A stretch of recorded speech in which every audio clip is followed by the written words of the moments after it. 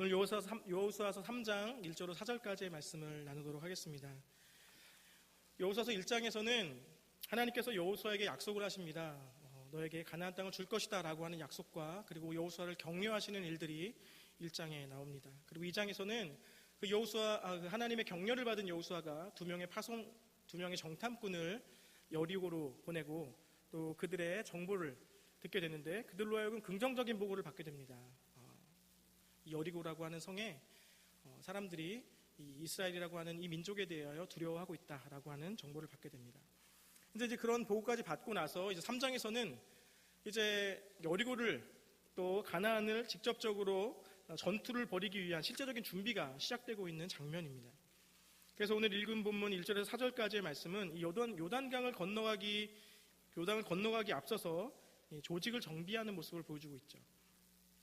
지금 이스라엘 백성들과 여호수아에게 보여지는 모습은 무언가 사기가 충만해져 있는 모습을 보여주고 있습니다. 하나님으로부터 말미암는 약속을 받았고 하나님이 약속해 주셨고 그리고 가나안에 정탐꾼을 보냈는데 거기서 너무나 긍정적인 보고를 받다 보니까 할 수 있겠다, 뭔가 할 수 있겠구나라고 하는 사기가 충전된 모습이 보여집니다. 그래서 오늘 본문 3장 1절에는 이렇게 시작하죠. 또 여호수아가 아침에 일찍 일어나서 이스라엘 자손들과 더불어 시팀에서 떠나 요단에 이르러 건너가기 전에 거기서 유숙하니라. 이렇게 오늘 본문에서 여호수아 그의 모습에서 살펴보고 싶은 것은 열정의 모습입니다. 열정이야말로 우리의 인생을 새롭게 하고 활기 넘치게 하는 그런 도구라는 생각이 듭니다. 1절에서 여호수아가 어땠다고 합니까? 1절에서 여호수아가 아침에 일찍 일어나서 라고 얘기하죠. 어떤 일들을 준비하는 모습을 보여주고 있습니다. 여러분은 어떨 때 일찍 일어나게 되십니까? 어떨 때 나도 모르게 눈이 딱 떠지는 때는 언제인가요? 우리가 어릴 때 보통은 이제 희망과 설렘이 있는 날, 그럴 때는 나도 모르게 눈이 딱 떠지는 일들이 있지 않나요? 어릴 적 소풍 가기 전날이거나 그리고 운동의 전날 가서 공책 탈 생각에 이번에도 1등 해야지, 달리기 1등 해야지 라고 하는 생각 때문에 뭔가 밤잠을 설쳐보신 적은 없으십니까? 너무 옛날 얘기인가요? 네. 요즘은 그렇게 들뜨는 일이 좀 없는 것 같은 생각도 좀 듭니다. 그래도 요즘도 좀 우리를 들뜨게 하는 일들, 또 우리를 행복하게 하는 어떤 일들을 앞두고 있으면 우리의 눈이 떠질 때가 종종 있죠. 어떤 좀 먼 곳으로 여행을 간다거나 또 좋은 일로 누구를 만나게 된다거나 할 때는 뭔가 설레는 마음과 기쁜 마음에 나도 모르게 눈이 떠지는 그런 일이 있는 것 같습니다. 우리 일상 속에서도 관계나 일이나 여행 등 열정이라는 거 하는 것이 우리의 삶에 조금씩 깃들면 우리 삶에는 활기가 생기게 되는 것이죠. 바울이 3차 전도 여행 때 있었던 일입니다. 그가 3차 전도 여행을 마치고 나서 5번에 걸쳐서 재판을 받게 됩니다. 마지막 5번째 재판은 아그리빠 왕이라고 하는, 그래서 조금 더 영향력 있는 사람이 그 재판에 참여하기 때문에 거기서 죄인의 신분으로 있는 바울이 자신을 잘 변호해야 되는 시간이었습니다.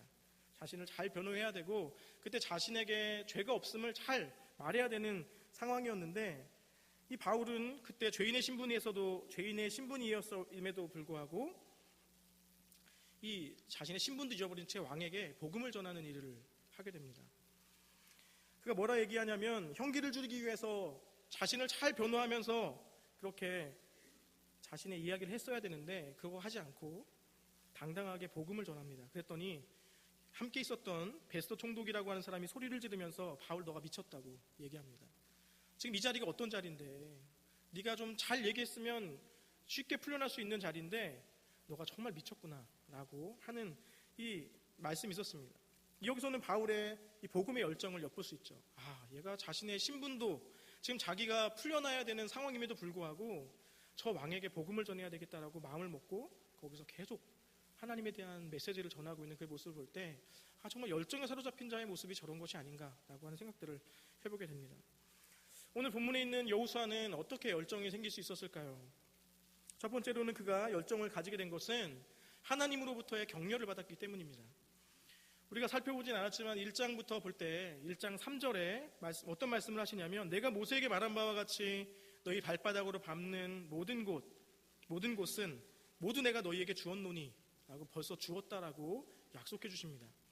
5절에는요 내 평생에 너를 능히 대적할 자가 없으리니 내가 모세와 함께 있었던 것 같이 너와 함께 있을 것임이라. 내가 너를 떠나지 아니하며 버리지 아니하리라. 하나님의 약속이 여호수아에게 임했습니다. 또 6절에는 강하고 담대하라.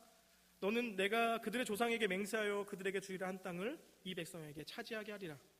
이렇게 하나님의 격려가 여호수아에게 열정을 가지겠습니다. 우리에게도 아침마다 하나님의 이러한 격려하심이 임한다면 우리 역시도 열정을 가지게 될 것입니다. 아침마다 긍정적인 메시지로 하나님께서 우리에게 격려해 주시고 칭찬해 주시고 사랑을 우리에게 속삭여 주시면 우리에게 힘이 생기지 않겠습니까? 이런 거죠. 너는 존귀한 사람이야 라고 하는, 너는 실패할 수 없는 하나님의 사람이야. 내가 너에게 이 땅을 줄 테니 너는 밟기만 해라. 너는 뭐든지 할 수 있다. 너는 실패해도 괜찮다. 너의 존재는 실패로 규정되는 것이 아니다. 괜찮아. 넌 더 잘할 수 있어. 그리고 내가 너를 사랑한단다. 넌 나의 사랑하는 자녀야 라고 하는 이 성경 가득가득 우리에게 메시지를 전하고 있는데, 그 메시지를 우리가 받는다면, 하나님이 매일 아침마다 우리에게 이렇게 격려해 주신다면 우리에게 열정이 생길 것입니다. 그리고 그 우리에게 주시는 하나님의 격려를 우리가 믿음으로 받는다면 우리 또한 우리 마음에 감춰진 열정이 회복될 줄로 믿습니다. 여호수아가 열정을 가질 수 있었던 또 하나의 이유는 두 정탐꾼의 낙관적인 보고 때문이었습니다. 여호수아서 2장 24절에 보면, 또 여호수아에게 이르되 진실로 여호와께서 그 온 땅을 우리 손에 주셨으므로 그 땅의 모든 주민이 우리 앞에서 간담이 녹더이다 하더라. 가나안 거민이 이스라엘 민족들을 보면서 두려워하고 있다라는 이 보고가 그들로 하여금, 여호수아에게 하여금 열정을 갖게 했습니다. 할 수 있겠구나, 이길 수 있겠구나라고 하는 그런 긍정적인 보고에 힘이 있었다라는 것입니다. 그런데 이 보고와 정반대되는 일이 40년 전에 있었죠. 가나안에 정탐을 보냈던 12명의 정탐꾼의 이야기입니다. 민수기 13장 32절부터 이야기가 나오죠. 이스라엘 자손 앞에서 그 정탐한 땅을 악평하여 이르되, 그들이 뭐라 그랬냐면, 우리가 두루 다니며 정탐한 땅은 그 거주민을 삼키는 땅이요, 거기서 본 모든 백성은 신장이 장대한 자들이며 거기서 네피림 후손인 아낙 자손의 거인들을 보았나니 우리는 스스로 보기에도 메뚜기 같으니 그들이 보기에도 그와 같았을 것이니라. 40년 전에 가나안 땅을 정탐했던 12명의 정탐꾼은 이런 보고를 했습니다.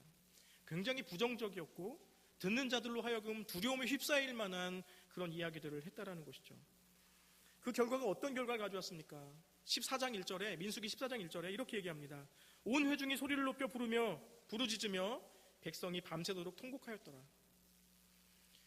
너무나 두렵고 무섭고, 가나안 땅 앞까지 왔는데 이제 딱 가나안에 들어가야 되는데 그 부정적인 보고를 받고 너무 무섭고 두렵고, 우리는 저들에게 메뚜기 같은 존재밖에 안 되는구나, 스스로 위축되는 일들 가운데 그들이 굉장히 힘들었던 모습을 보여주고 있습니다. 오늘 본문의 가나안 거민들이 이렇게 간담이 녹았던 것처럼 이때에는 이스라엘 백성들이 간담이 녹았다라고 얘기하고 있죠. 혹시 성도님들 주변에 성도님들을 좌절시키고 절망으로 몰고 가는 사람들이 있습니까? 누가 옆에 있느냐가 그렇게 중요합니다. 옆에서 어떤 말을 하는가, 옆에서 어떤 이야기들을 전해주는가가 굉장히 중요합니다. 두 명의 정탐꾼이 우리의 이 사기를 보고 간담이 녹더이다 이런 이야기를 전해주었을 때 여호수아로 하여금 아침에 일찍 일어나는 열정을 회복시켰던 것처럼 옆에 있는 사람이 우리에게 긍정적인 이야기들을 해준다면 우리에게도 그런 열정들이 일어나게 된다는 겁니다. 반대로 여러분 주변에 부정적인 사람들, 사물을 날카롭게 보고 비판적으로 보고 자꾸만 부정적으로 말하는 사람들이 있으면 여러분의 심령도 부정적이 될 것이고 결국 좌절할 수밖에 없게 되어질 것입니다. 그런데 여러분 주변에 어떤 사람들이 있는지 살펴보기 전에 나는 주변 사람들을 낙심시키는 자인가, 아니면 주변 사람들을 긍정적인 이야기들로 세우는 사람인가를 좀 돌아보면 좋겠습니다. 같은 어려운 일을 당해도, 같은 상황을 볼 때에도 비판적으로 보는 사람이 있다면 주변 사람들이 낙심되는 일들이 굉장히 많아집니다. 오늘 우리가 열정뿐만 아니라 우리가 회복해야 될 것들 많은 것 가운데 회복했으면 좋겠는 것은 특별히 부정적인 생각입니다. 부정적인 생각에서 좀 회복되는 은혜가 있기를 바랍니다. 어디서나 부정적인 사람들을 많이 만나게 됩니다. 이거는 이래서 안 되고 저건 저래서 안 되고, 우리는 안 됩니다. 막 이런 이야기들을 하는 거죠. 심지어는 예수님이 오셔도 우리 교회는 못 바꿉니다. 예수님이 와도 이건 안 돼.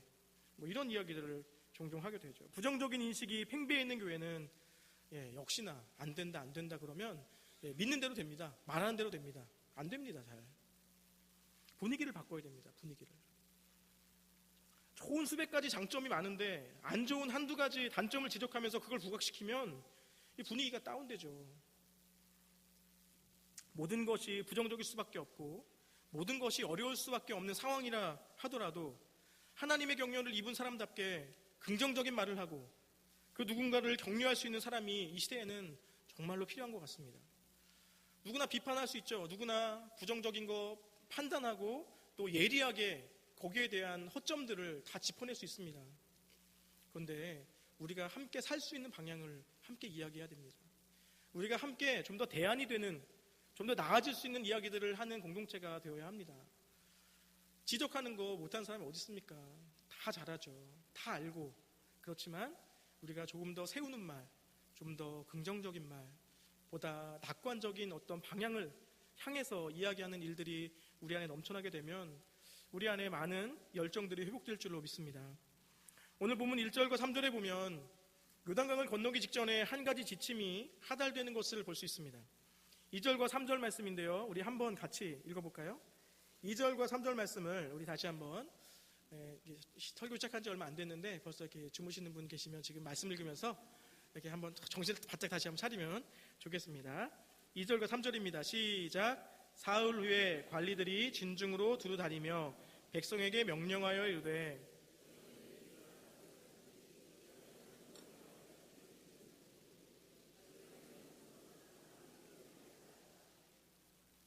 무슨 지침인가 하면 너희가 요단강을 이제 건너게 되는데 거리를 좀 이제 언약궤를 메고 레위 제사장들이 서면 그 거리를 좀 떼어서 그 언약궤가 움직이는 거 그것만 보고 따라가라는 말입니다. 아주 단순하게 얘기하면요, 언약궤만 바라보고 가라는 겁니다. 언약궤만 보고 가라. 이 요단강을 건너는 장면이 이 3장과 4장에 펼쳐집니다. 3장과 4장에 이 언약궤에 대한 이야기가 나오는데 무려 언약궤라는 단어가 16번 등장합니다. 요단강을 건너는 데 있어서 가장 중심축이 여호수아가 아니라 언약궤입니다. 언약궤. 언약궤는 하나님의 임재를 상징하죠. 언약궤 안에는 세 종류의 물건이 담겨 있습니다. 아론의 쌍난 지팡이, 깨어진 십계명 돌판, 그리고 만나, 이렇게 세 가지가 담겨 있습니다. 이 세 가지가 하나님의 임재를 상징하는 언약궤에 담겨 있습니다. 왜 이런 것들이 담겨져 있을까요? 그런데 이거 하나하나마다의 속성을 살펴보면 이것이 왜 여기 담겨 있는지를 깨닫게 됩니다. 첫째로 아론의 쌍난 지팡이가 뭐냐 하면 이스라엘 자손들 중에 고라의 자손이라고 하는 사람들이 지도자인 모세와 아론에게 반역을 꾀했던 일이 있습니다. 과거의 애굽살이보다 지금의 이 광야 생활이 너무나 힘들다. 그러면서 모세가 인도하는 지금이 너무 힘들다는 겁니다. 그러면서 더 이상 모세를 따르지 않겠다고 그들이 반기를 들었죠. 이제 자기들 스스로가 지도자가 되겠다고 반역을 꾀하고 있는 모습이었습니다. 그때 하나님께서 표적을 부어주시죠. 아론의 지팡이에서만 싹이 나게 하시면서 아론을 선택했다는 것을 하나님께서 보여주셨습니다. 완전히 죽어 말라버린 아론의 지팡이에서 아론이 가지고 있었던 그 지팡이에서 갑자기 살구꽃이 피어나는 기적을 보여주십니다. 그 지팡이를 언약궤 안에 넣어둔 거죠. 두 번째는 깨어진 돌판입니다. 이 돌판은 모세가 시내산에서 하나님을 대면하러 갔을 때에 거기서 하나님께서 주신 계명을 새긴 돌판, 그것입니다. 모세가 그렇게 돌판을 받아가지고 시내산을 내려왔는데 이스라엘 백성들이 그 하나님을 대면하러 간 모세가 안 오니까, 모세를 아무리 기다려도 안 오니까 조급한 마음에 그들이 하나님만 의지하고 살 수 없다고 금을 모아서 우상 금송아지를 만들고 거기에 절하고 춤추는 난리가 벌어졌습니다. 모세가 거룩하신 하나님의 계명을 받아가지고 와서 보니까 백성들이 완전 엉망진창인 거죠. 그래서 모세가 그 거룩하신 하나님의 계명을 던지게 되고 모세가 격분했습니다. 격분해서 그 돌판을 던지게 되면서 돌판이 깨져버립니다. 그 깨진 돌판이 하나님의 임재를 상징하는 언약궤 안에 들어가 있습니다. 세 번째로는 언약궤 안에 넣어둔 것은 만나입니다. 광야 생활하는 중에 이스라엘 백성들이 매일매일 먹었던 만나, 일용할 양식이었습니다. 그런데 이스라엘 백성들이 처음에는 이 신기한 가루가 뭔가 해서 신기하다, 그리고 맛있다 이런 표현을 했습니다. 맛있게 먹었었는데 매일 똑같은 음식을 먹으니까 이제 입에 물리는 거예요. 그래서 그때부터 불평하기 시작합니다. 매일매일 내리는 만나, 매일매일 내리는 그 은혜에 이제 입에 물리니까 불평하기 시작했습니다. 그러면서 맨날 똑같은 거 이제 주지 말고 좀 좋은 거 다른 거 달라, 이렇게 하나님 앞에 원망하고 대들면서 하는 이야기가 음식 바꿔달라는 이야기였습니다. 다른 거 안 주시면 하나님이 안 계신 것으로 알겠다, 막 이런 이야기 하면서 이 만나에 대해서 불평하는 그 만나를, 그 상징인 만나를 하나님의 임재의 상징인 언약궤 안에 넣어두었습니다. 한번 생각해 보십시오. 그 언약궤 안에 아론의 쌍난 지팡이, 깨어진 돌판, 만나, 거기에 넣어둔 의미가 무엇일까요? 한마디로 요약하자면 이스라엘의 과거 역사를 돌아보니까, 이스라엘의 과거 역사를 잘 담고 있는 이 상징적인 물건들을 보니까 철저하게 타락하고 부패한 인간의 모습이 담겨 있습니다. 반역했던 무리의 모습, 또 무상을 섬겼던 무리의 모습, 하나님의 은혜를 감사할 줄 모르고 원망했던 무리의 모습이 고스란히 거기에 담겨 있습니다. 거기에 대비되는 그 타락한 백성을 그럼에도 불구하고 사랑하시고 그들을 신실하게 인도해 주시는 하나님의 긍휼과 사랑이 또한 그 언약궤에 담겨 있는 것이죠. 이 세 가지 도구가 의미하는 것이 그렇게 함축적으로 인간의 반역과 하나님의 사랑이 거기에 함께 담겨 있는 것입니다. 이 세 가지 상징적인 물건이 오늘 우리에게도 그대로 적용되는 것 같습니다. 모세가 지도하는 그 지도력에 반발해서 모세와 아론에게 반역했던 것처럼 오늘 우리들도 틈만 나면 지도자에게, 또 나를 이끌고 있는 리더에게 우리 반발하지 않습니까? 틈만 나면 수군거리고 불평하고 비난하지 않습니까? 끊임없이 반기를 드는 것이 인간의 속성입니다. 직장에서는 상급자가 싫고, 또 교회라고 하는 곳에서는 믿음의 선배들이 보이는 그 연약함, 그런 것들이 싫고 끊임없이 불평하고 비난합니다. 하나님의 신실하심을 의심해서 영적인 금송아지를 만들고 하나님 외에 다른 것들을 의지하려고 하는 것이 지금 우리의 모습이 아니냐는 겁니다. 또 매일 만나로 먹이시는 하나님 앞에서 더 좋은 것을 달라고 불평과 원망을 하는 것이 우리의 모습이라는 것이죠. 진지하게 생각해 보시길 권면합니다. 하나님의 은혜가 날마다 우리에게 부어지는데도 불구하고 우리에게 감사가 얼마나 있습니까? 얼마나 하나님의 은혜에 대한 감사로 삽니까? 더 달라고, 이거 싫다고, 다른 거 달라고 우리 날마다 주님께 요구하며 살지 않습니까? 잘 돌아보면 하나님께서 우리 옷을 벗긴 적, 그렇게 우리를 옷 벗기신 적 있나? 또 언제 우리를 추운 길가로 내모신 적이 있는가? 언제 우리가 밥 굶으며 살아본 적이 있는가? 우리 삶을 돌아볼 때 어려운 일이 있었고 가슴 아픈 일이 있었고 밤 굶은 일들도 있을 것입니다. 그러나 지금껏 고아처럼 내버려둔 인생은 없습니다. 그런 때가 있을 수는 있지만 지금까지 내버려둔 고아는 없습니다. 하나님의 은혜가 그렇습니다. 매일매일 부어주시기 때문에, 매일매일 만나와 같이 우리에게 부어주시기 때문에 우리가 순간순간 잃어버릴 때가 너무도 많습니다. 주님은 그렇게 우리를 돌보시고 보호하셨습니다. 그 귀한 만나를 먹으면서도 불평하는 모습이 우리의 모습이라고 생각이 됩니다. 오늘 우리가 요단강을 건너기 전에 지도자 여호수아를 볼 필요도 없고 이 언약궤만 보라는 것이 주님의 말씀입니다. 철저히 부패하고 타락한 인간의 모습, 그것이 언약궤 안에 담겨있고 그럼에도 불구하고 이 타락하고 부패한 인간을 끝까지 놓지 아니하시는 그 하나님의 임재의 상징인 그 언약궤가 우리에게 그 사랑을 말해주고 있습니다. 그러니까 그 언약궤만 바라보고 가라는 겁니다.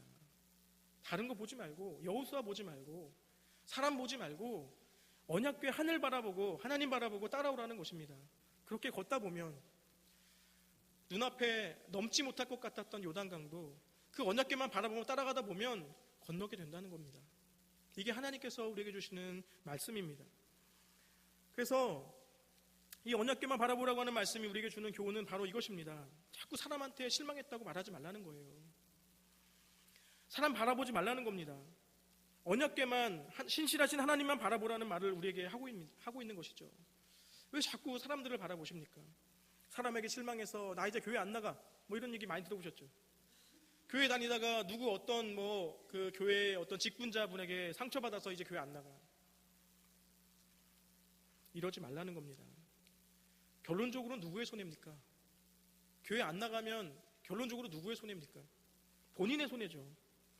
그렇게 사람 바라보다가 실망해서 교회를 떠나고 주님 떠나면 하나님의 크신 은혜와 사랑을 받지 못하게 되는 것입니다.